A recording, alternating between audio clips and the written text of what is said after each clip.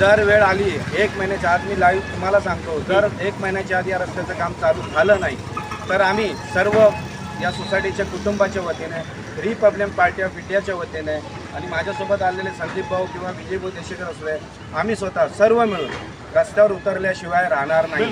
कारण गेले अनेक वर्ष आम्ही फक्त तीच वाट बघतोय, हा आयुक्त आला तो आयुक्त आला, हा अधिकारी आला तो अधिकारी आला, आम्ही इथे टॅक्स भरत नाही का, या अधिकाऱ्यांची आम्ही वाट बघतोय का? आमचं काम हे पूर्ण झालंच पाहिजे आणि ते 1 महिन्याच्या आतमध्ये काम चालू झालं पाहिजे। नसेल तर येणाऱ्या दिवसांमध्ये जो काही संघर्ष होईल, जे काही नुकसान होईल, त्याला कल्याण डोंबिवली महानगरपालिका आणि त्याचे अधिकारी जबाबदार राहतील, अशी मी आज रिपब्लिकन पार्टी ऑफ इंडियाच्या वतीने आणि इथे संबंधित नागरिकांच्या वतीने जाहीर करू।